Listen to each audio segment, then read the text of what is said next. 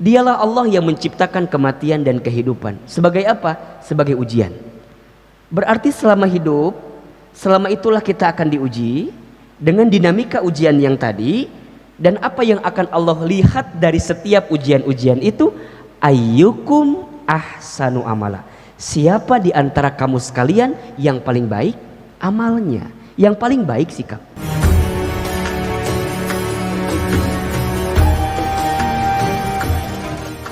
Hari ini ada yang sedang diuji atau tidak? Halo? Ini kayaknya mata nggak bisa bohong ini kelihatannya. Allahu Akbar walillahil hamd. Baik, saya akan mulai dari sini mungkin ya. Ayah bunda yang dirahmati Allah, selama kita hidup di dunia, selama itulah kita akan diuji. Setuju nggak kira-kira? Setuju? Selama kita hidup di dunia, selama itulah kita akan diuji. Dan ujian dalam hidup ini, ayah bunda jamaah yang dirahmati Allah, hanya ada dua saja. Dua ujian itulah yang digulirkan, digilirkan dalam setiap kehidupan manusia. Ahilman, apa di antara dua ujian itu? Ayah bunda bisa melihat di Quran surat Al-Anbiya ayat 35. Surat apa? Al-Anbiya ayat berapa? 35. Perhatikan dengan iman ayat berikut ini. A'udzubillahi minasyaitonirrajim. Bismillahirrahmanirrahim. Kullu nafsin dha'iqatul maut. Setiap yang bernapas, berjiwa, yang hidup pasti dia akan mati. Sebelum dia berjumpa dengan kematiannya, maka dia akan melalui proses hidup yang namanya dunia. Dan hari ini ayah bunda kita semua sedang berada di fase kehidupan yang namanya dunia. Apa yang akan Allah hadirkan dalam kehidupan dunia kita? Lanjut. Wa nablukum bisyarri wal khairi fitnah. Dan kami akan menguji kamu sekalian. Siapa? Manusia. Siapa? Manusia beriman. Siapa? Kita semua. Apa? Bisyarri, dengan sesuatu yang buruk, dengan sesuatu yang menyedihkan, menyulitkan, memadorotkan, mengecewakan, dan segala macamnya. Dan wal khairi, dan kebaikan, atau sesuatu yang membahagiakan, menyenangkan. Sebagai apa? Fitnah, sebagai ujian. Wa ilaina turja'un. Dan hanya kepada kamilah engkau akan dikembalikan. Jadi ayah bunda yang dirahmati Allah, ciri di antara manusia yang hidup itu pasti dia mendapatkan ujian, pasti dia punya masalah. Kalau tidak ingin punya masalah, apa kira-kira? Kalau tidak ingin punya masalah berarti jangan hidup. Kalau tidak ingin diuji, kalau merasa tidak ingin diuji, berarti kita ingin mengakhiri kehidupan kita. Karena ciri kehidupan itu pasti akan diuji. Dengan kebaikan, dengan keburukan, dengan kebahagiaan, dengan kesedihan. Dan itulah yang digulirkan, digilirkan dalam kehidupan kita. Ada nikmat, ada musibah. Ada sehat, ada sakit, ada lapang, ada sempit, ada saat mendapatkan, ada saat kehilangan, ada saat tertawa, tersenyum, tapi ada saat menangis, bersedih. Jadi semuanya ujian gitu. Ada hidup, ada mati. Itu ujian. Sekarang saya mau tanya nih, punten mohon maaf. Biasanya hadirin lebih siap diuji dengan sesuatu yang menyenangkan atau yang menyedihkan? Halo? Jelas tidak ini pertanyaannya nih? Kita ini lebih siap diuji dengan yang membahagiakan atau yang menyedihkan? Nah, jawabannya beda-beda ya. Kalau boleh saya jawab, mohon maaf ya kalau berbeda. Biasanya kita itu seringkali tidak menganggap sesuatu yang membahagiakan itu sebagai ujian. Betul atau tidak? Kita menganggap, mohon maaf ya, kesehatan kita, keluarga yang harmonis itu, pangkat, jabatan, karir, itu bukan bagian ujian gitu. Karena berjalan mulus, lancar, betul atau tidak? Kita seringkali menganggap ujian itu sesuatu yang berat-berat saja. Dan itu wajar, masih mending dia nganggap itu ujian. Ada yang tidak sadar menganggap sesuatu yang buruk pun bukan ujian gitu. Nah maka dari sinilah kita akan memahami bahwa oh berarti ahilman setiap proses apapun yang kita dapatkan dalam hidup itu adalah ujian. Iya. Mudahnya berarti jika ada di antara hadirin pemirsa Darussalam TV, jamaah, ayah bunda yang hari ini sedang diuji dengan sesuatu yang membahagiakan, jangan sombong, jangan takabur, jangan ujub, jangan merasa bahwa kita di atas segalanya. Ingat, bisa jadi besok lusa kita akan terjatuh, kemudian kita kehilangan apa yang membahagiakan dalam kehidupan kita. Yang punya pangkat, yang punya jabatan, gak lama kok, sebentar. Berapa tahun maksimal biasanya? 5 tahun, 10 tahun. Ada saat kita berhenti dari itu semua. Maka saat dititipkan dengan sesuatu yang membahagiakan, jangan lupa bahwa sesungguhnya yang menitipkan itu siapa? Allah. Begitupun seterusnya, jika ada di antara ayah bunda hadirin, kita semua yang hari ini sedang diberikan kesulitan, kesedihan, ujian yang menyakitkan, jangan putus asa, karena pertolongan Allah itu begitu luas, perlindungan Allah itu begitu sempurna, dan kita selama kita hidup pasti kita akan dibimbing dan diarahkan oleh Allah mendapatkan kebaikan itu.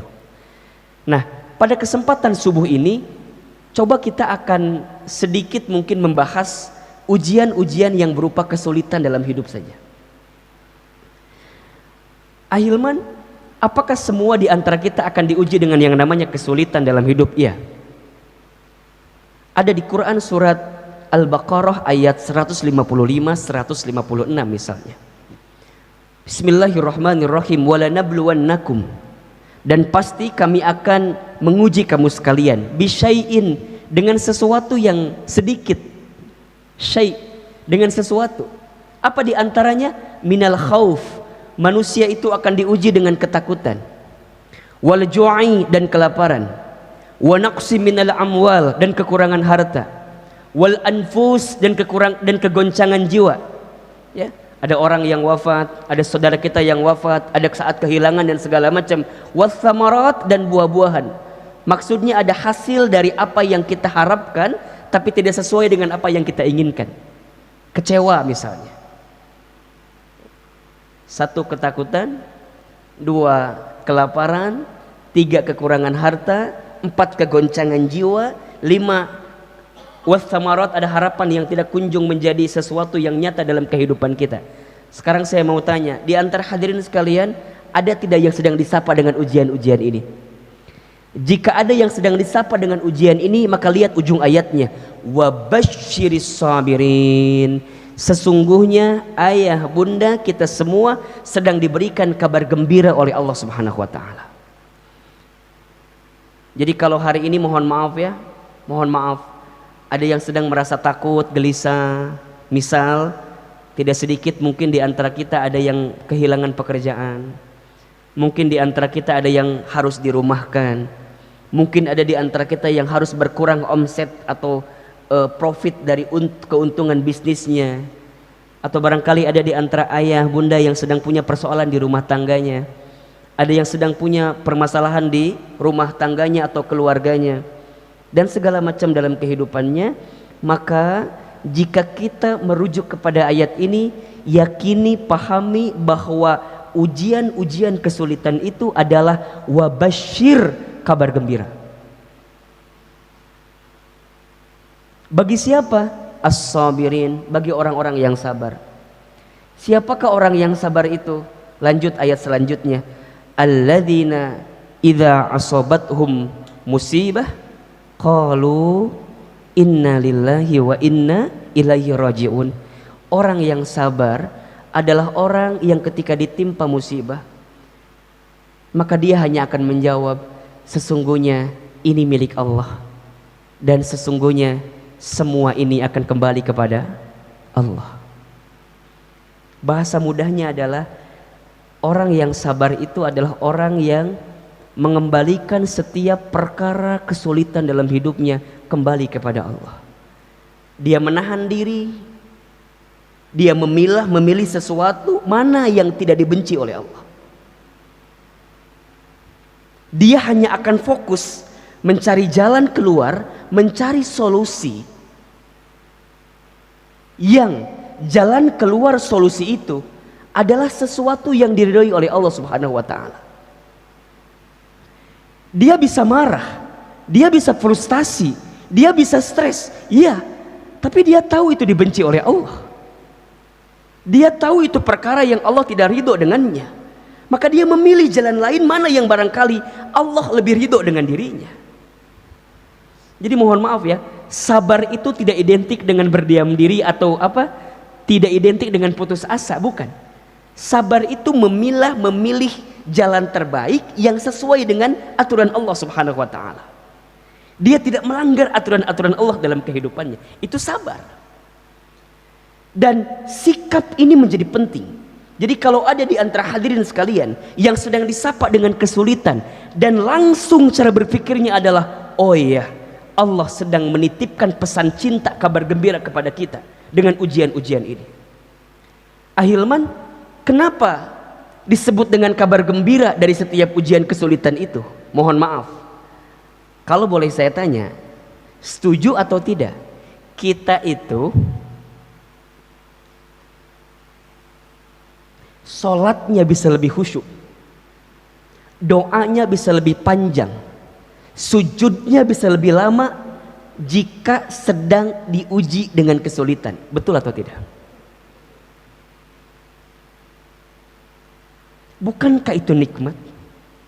Bukankah itu kabar gembira yang barangkali Allah ingin menyapa hadirin sekalian?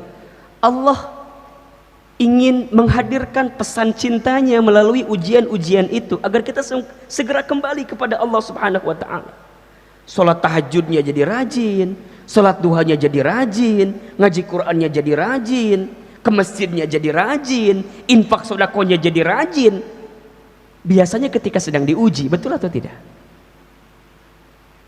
Maka saat dia diuji, ya, dengan ujian yang tadi saya sampaikan, satu ada yang bentuknya kebahagiaan, satu bentuknya ada yang kesedihan, maka sebagai orang beriman dia punya sikap terbaik dalam hidupnya. Apa sikapnya? Ajaban li amril mu'min, sungguh menakjubkan keadaan orang beriman itu. Kenapa? Inna amrohu kullahu khair. Semua perkara, sesungguhnya semua perkara bagi orang beriman itu semuanya baik. Dan tidak akan didapatkan kebaikan ini kecuali bagi orang beriman. Bagaimana keadaannya? In asobathu sarra'u syakara. Jika dia mendapatkan sesuatu yang membahagiakan, maka dia bersyukur. Fakana khairullah, karena itu baik baginya. Wa in asobathu dharra'u sabara. jika dia mendapatkan sesuatu yang madarat, yang sulit, yang sedih, maka dia bersabar. Fakana khairullah, karena itu baik baginya. Hadis riwayat Muslim. Bagi orang beriman semuanya baik. Semuanya baik. Tidak ada yang gak baik.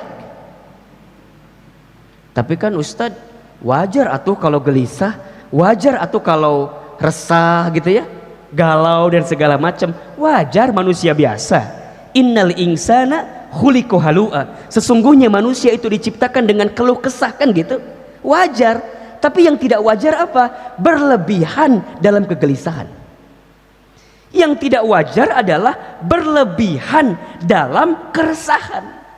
Jika hadirin sekalian berlebihan dalam kegelisahan, tanyakan di hati kita, jangan-jangan iman kita kepada Allah sedang dipertanyakan dalam kehidupan kita.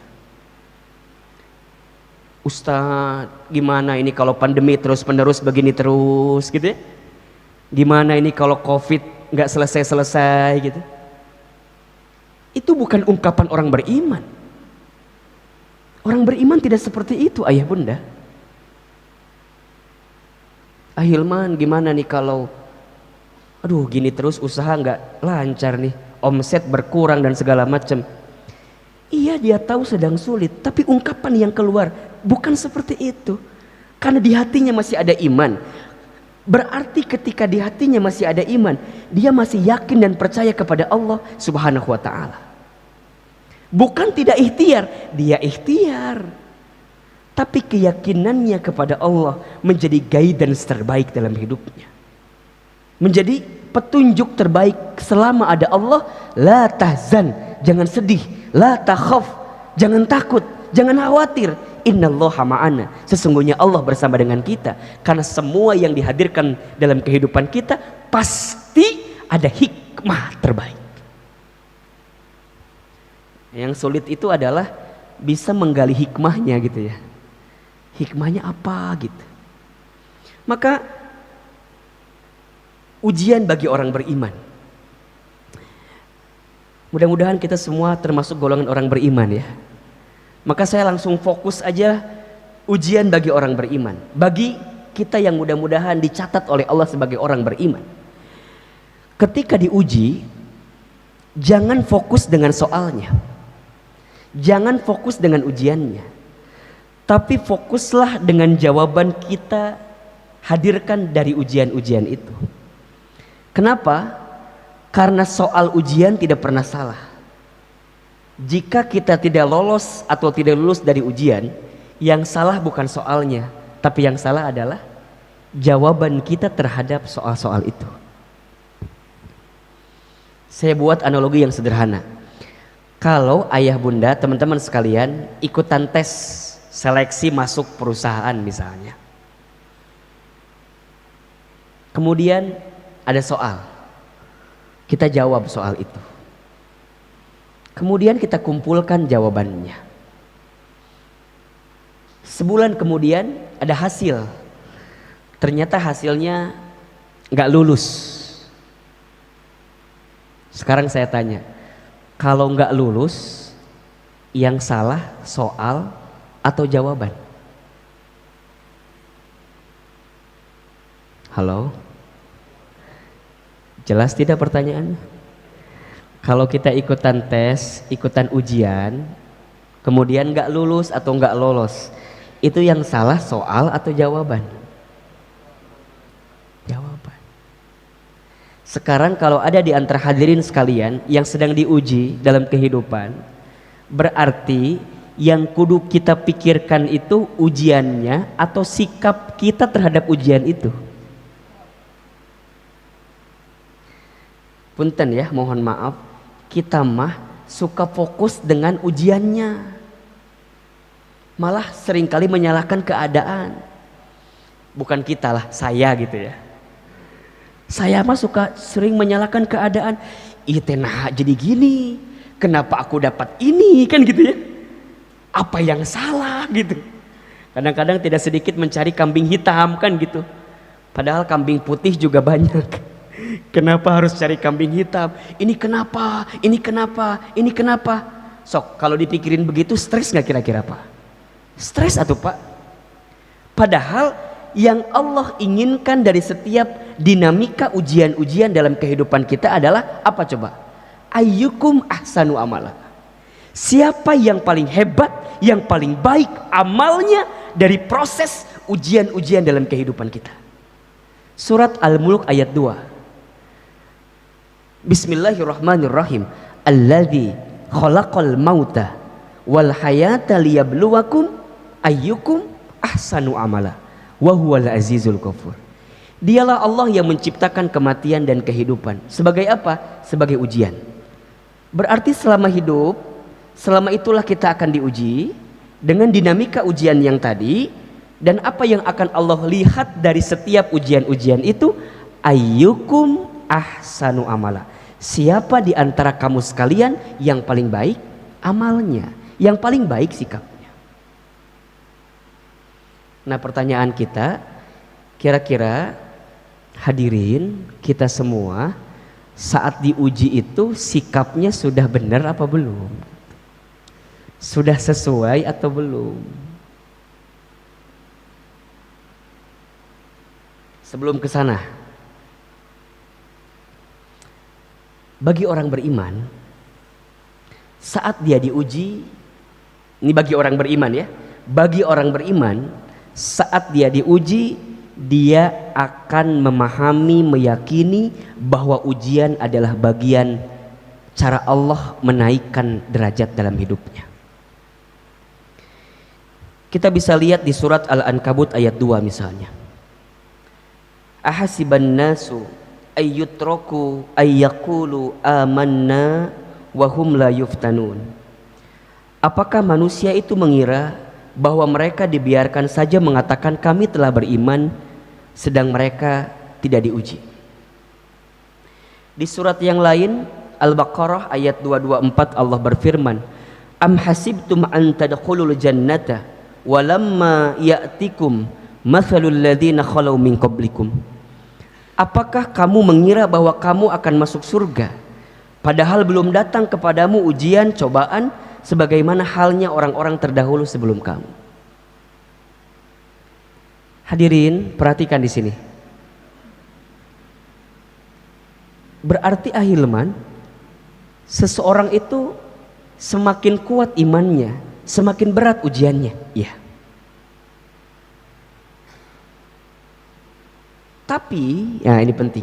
Tapi karena dia punya kekuatan iman dalam hidupnya, seberat apapun ujian itu, maka akan terasa ringan dalam hidupnya. Maka mohon maaf lahir batin, kalau sekarang ayah bunda, bapak ibu hadirin sekalian, melihat seseorang yang ujiannya berat sekali, dihina, difitnah, dicaci maki, dibully dan segala macam misalnya. Kenapa? Karena memang Allah tahu, Allah yakin, Allah menitipkan beban berat dalam hidupnya sesuai dengan kemampuannya.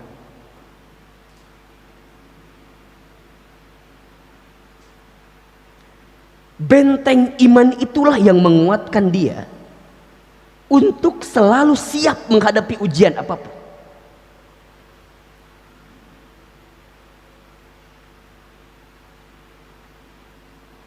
Dan jika kita diuji keimanannya oleh Allah, maka akan diuji dengan ujian-ujian itu. Para nabi, para rasul, ujiannya banyak atau sedikit? Banyak.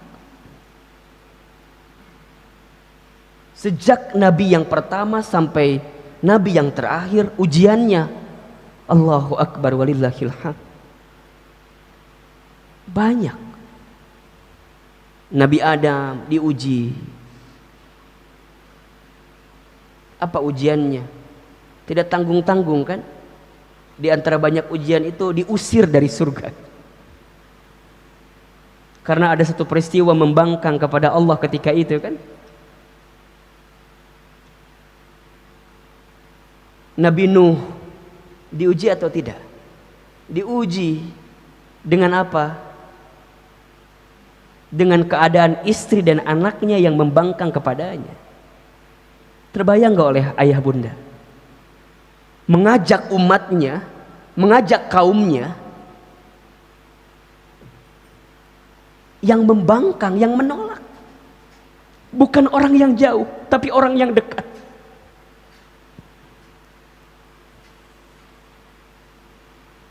Nabi Ibrahim diuji atau tidak? Diuji. Saat beliau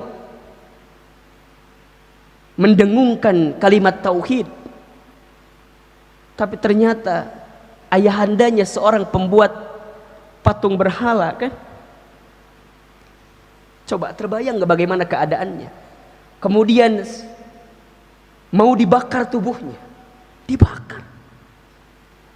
Nabi Musa alaihissalam diuji, Nabi Ismail alaihissalam diuji, Nabi Muhammad sallallahu alaihi wasallam diuji.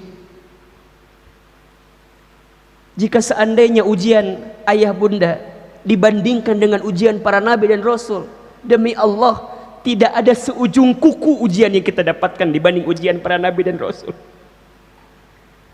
Turun lagi para sahabat, para tabi'in, atba'ut tabi'in, para ulama. Ujian. Dan seseorang itu akan diuji sesuai dengan kadar imannya. Tapi karena dia punya iman dalam hatinya, maka seberat apapun ujiannya akan terasa ringan.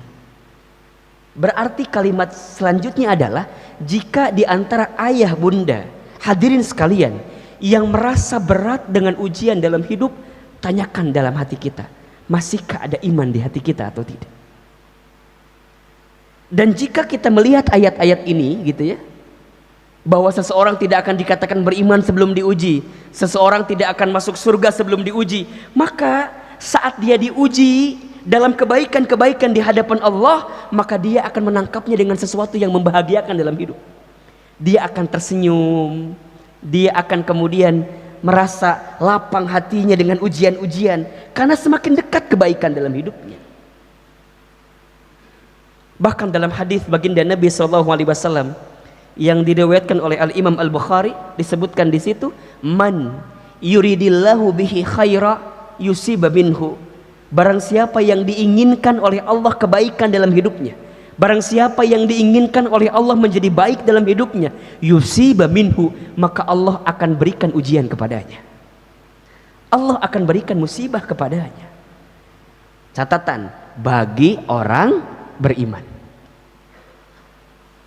Maka jika hadirin merasa masih ada iman di hatinya dan mengakui bahwa kita adalah orang beriman, maka berapapun besarnya, beratnya, kuatnya ujian yang datang dalam hidup, maka dia akan meyakini bahwa ini adalah bukti kasih sayang Allah kepadanya. Karena Allah menginginkan dia menjadi pribadi yang baik dalam hidupnya. Maka ahilman, apa sikap terbaik nih? Sikap terbaik saat kita diuji, wabil khusus ketika mendapatkan kesulitan. Karena kalau kebahagiaan, tadi sikapnya bersyukur, mendekat kepada Allah dengan kebaikan-kebaikan itu. Tapi jika sedang sulit, sedang sedih, sedang kecewa, sikapnya apa? Agar kemudian kita kuat menghadapi ujian-ujian dalam hidup. Satu, husnuzon kepada Allah. Penting ini. Apa itu husnuzon? Berprasangka baik kepada Allah. Ana inda dzanni abdi bi. Hadis qudsi. Allah berfirman, sesungguhnya aku berserta bersama prasangka hambaku. Jadi apa yang kita sangkakan di hati kita, apa yang kita rasakan di hati kita, itu barangkali yang sesuai dengan apa yang kita dapatkan dalam kehidupan kita. Sebagaimana firman Allah di surat Fussilat ayat 23, wa dzalikum dhannukumul ladzi dhanantum bi rabbikum ardzakum fa asbahtum minal khasirin. Dan yang demikian itu adalah prasangkamu yang telah kamu sangka kepada Tuhanmu. Dia telah membinasakan kamu, maka jadilah kamu termasuk orang-orang yang merugi. Jadi sikap pertama, kudu husnuzon, kudu baik sangka sama Allah. Hilangkan kalimat-kalimat Allah nggak adil, hilangkan kalimat-kalimat Allah zolim sama kita, hilangkan itu. Tidak mungkin Allah menzalimi hambanya. Tidak mungkin Allah melukai hambanya? Tidak mungkin. Allah tidak mungkin meninggalkan hambanya, apalagi orang beriman. Mohon maaf, barangkali sebaliknya, kita yang seringkali melupakan Allah, kita yang seringkali meninggalkan perintah Allah, kita yang seringkali melalaikan perintah Allah. Maka belajarlah untuk sikap pertama yang dihadirkan sebagai orang beriman ketika diuji adalah husnuzon kepada Allah. Bagaimana caranya kita husnuzon? Bagaimana caranya agar kita bisa punya sikap baik sangka dengan apapun yang datang dalam kehidupan, apalagi urusan kesulitan? Caranya adalah pertama, yakini dan terima bahwa semua yang datang dari Allah pasti yang terbaik. Quran surat Al-Baqarah ayat 216. Ada di tengah menuju penghujung ayatnya. Bismillahirrahmanirrahim. Wa asa an takrahu syai'an wa huwa khairul lakum. Boleh jadi kamu membenci sesuatu padahal itu amat baik bagimu. Wa asa an tuhibbu syai'an wa huwa syarrul lakum. Boleh jadi kamu menyukai sesuatu padahal itu amat buruk bagimu. Wallahu ya'lamu wa antum la ta'lamun. Allah mengetahui sedangkan kamu tidak mengetahuinya.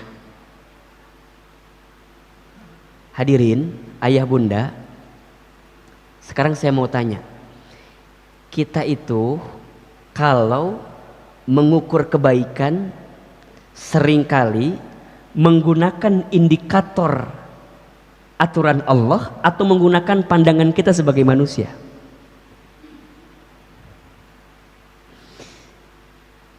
Kebanyakan kita selalu mengedepankan apa yang baik menurut kita. Kudu gini, kudu gitu. Kalau nggak gini, kalau nggak gitu, itu nggak baik dalam kacamata kita. Kita lupa mengedepankan indikator kebaikan dalam hidup ini sesuai dengan aturan Allah.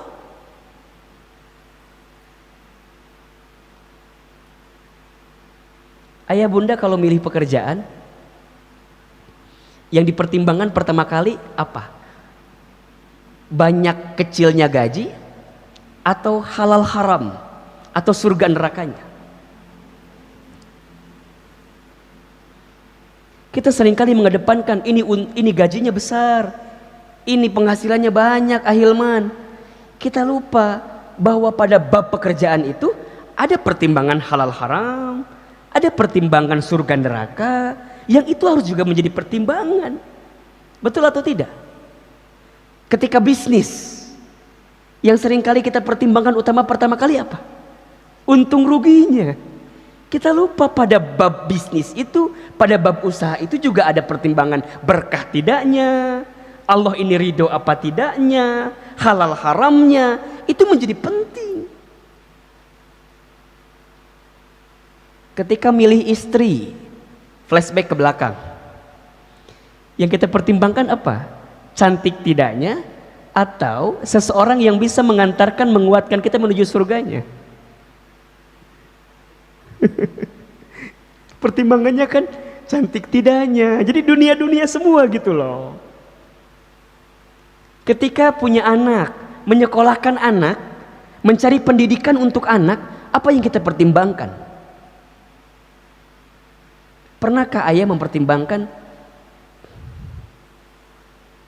Bunda, pernahkah mempertimbangkan, Ahilman, saya tuh pengen punya anak, pendidikannya saya pilih pendidikan yang terbaik yang bisa menghadirkan mahkota terbaik ketika saya berjumpa dengan Allah.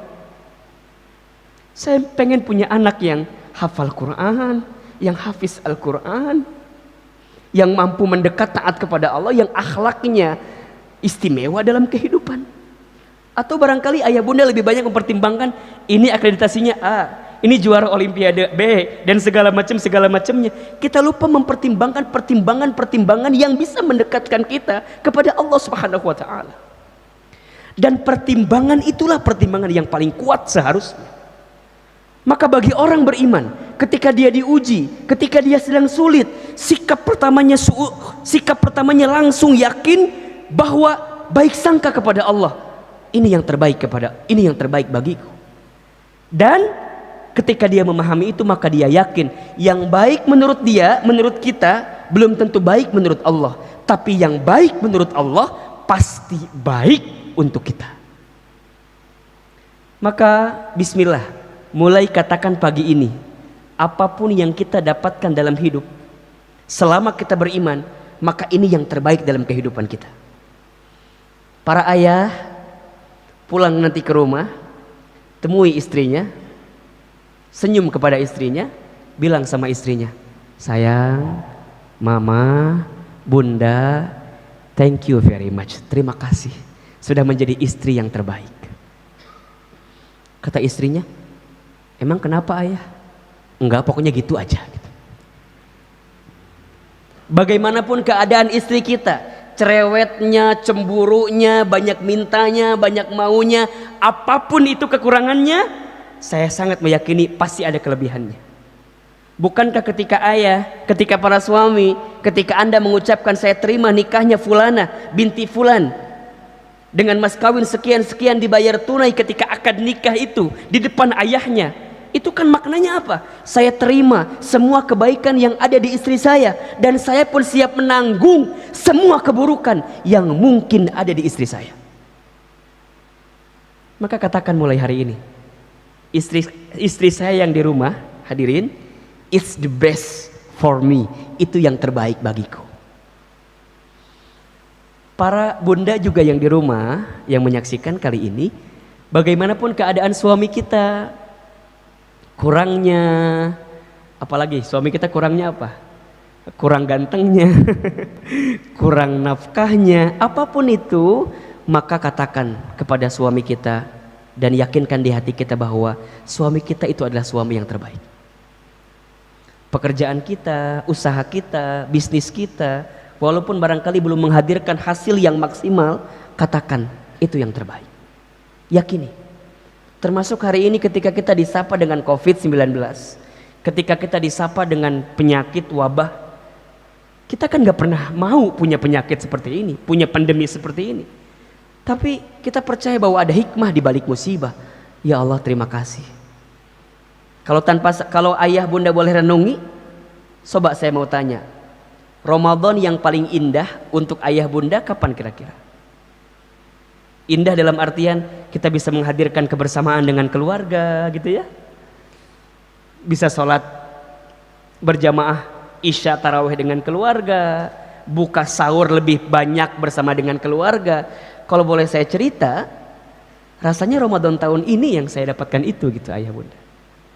Jauh sebelum ini sahur kadang-kadang di luar, buka di luar, tarawih di luar, jadwal kajian subuh karena harus sholat subuh di luar jadi di luar.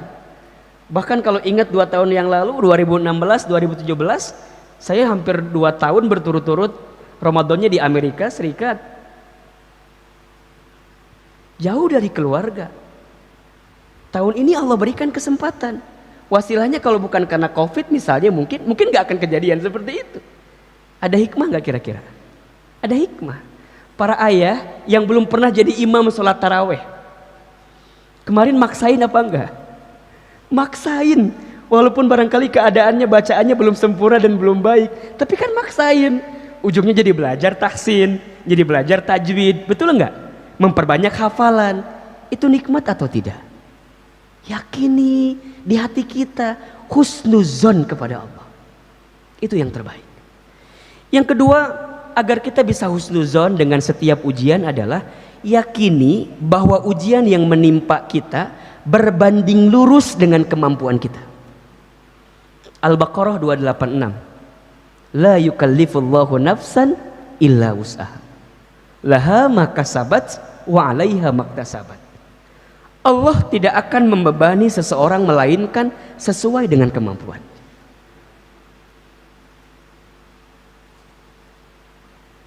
Kenapa ayah bunda yang diuji dengan kesulitan ini yakini, percaya bahwa pundak ayah bunda yang memang kuat untuk menerima ujian-ujian ini. Ahilman, kenapa nggak yang lain ya? Kenapa nggak dia ya? Kenapa aku ya? Karena Allah tahu pundak ayah bunda kuat menerima beban itu.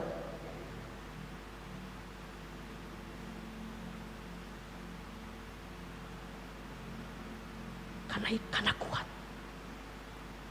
Seseorang yang diberikan amanah oleh Allah gitu ya, amanah dalam hidupnya apapun itu, kenapa dia yang diberikan amanah?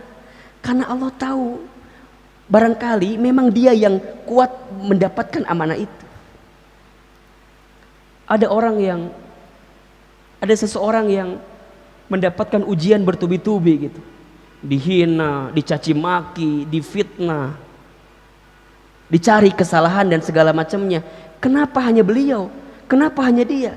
Karena yakinlah Allah tahu pundak beliau kuat, sehingga bisa menerima beban itu.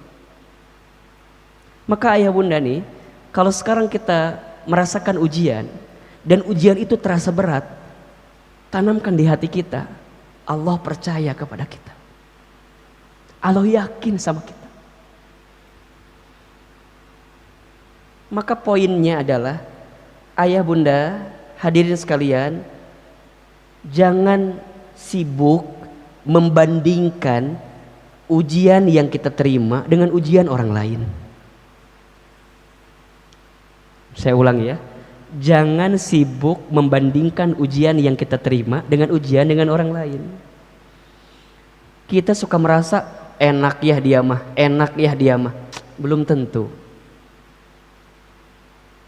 Begitupun seterusnya, jangan mengukur indikator kebahagiaan orang lain untuk kebahagiaan kita. Saya ulangi, jangan menggunakan ukuran kebahagiaan orang lain menjadi indikator kebahagiaan kita. Belum tentu apa yang bahagia di mata kita untuk orang lain menjadi kebahagiaan untuk kita. Belum tentu. Jika ayah bunda hari ini merasa lelah, merasa capek, merasa terbebani dengan setiap urusan kehidupan kita, percayalah, bisa jadi di luar sana banyak orang yang menginginkan pekerjaan kita itu.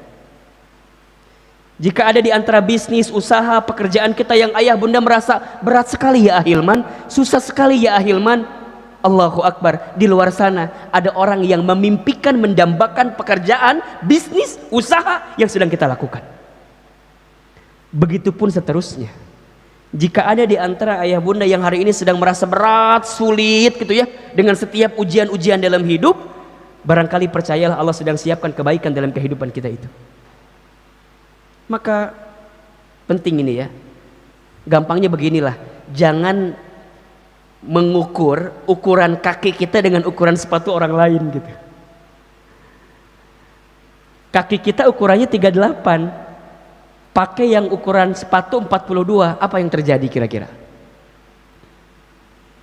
Apa yang terjadi? Longgar, betul? Kaki kita 38, pakai yang 36 ukurannya, apa yang terjadi? Sempit. Hidup ini adalah hidup yang terbaik yang Allah berikan. Maka sikap kedua adalah yakini bahwa ujian yang menimpa berbanding lurus dengan kemampuan kita. Yang ketiga, agar kita bisa husnuzon, kemudian kita kuat dengan ujian, yakini bahwa bersama kesulitan ada kemudahan. Fa inna ma'al usri yusra, inna ma'al usri yusra. Maka sesungguhnya bersama dengan kesulitan itu ada kemudahan. Yakin jika dengan bersama Allah, ikhtiar kita akan semakin optimal. Ya, jangan menuhankan ikhtiar kita. Tapi bukan berarti tidak boleh ikhtiar, ikhtiar harus. Tapi jangan menuhankan ikhtiar kita. Kita harus ikhtiar maksimal, tapi pada akhirnya hasil yang menentukan siapa? Allah Subhanahu wa taala. Mudah-mudahan apa yang Al-Fakir sampaikan bermanfaat. Mohon maaf lahir batin, yang benar dari Allah, yang salah dari Al-Fakir yang pasti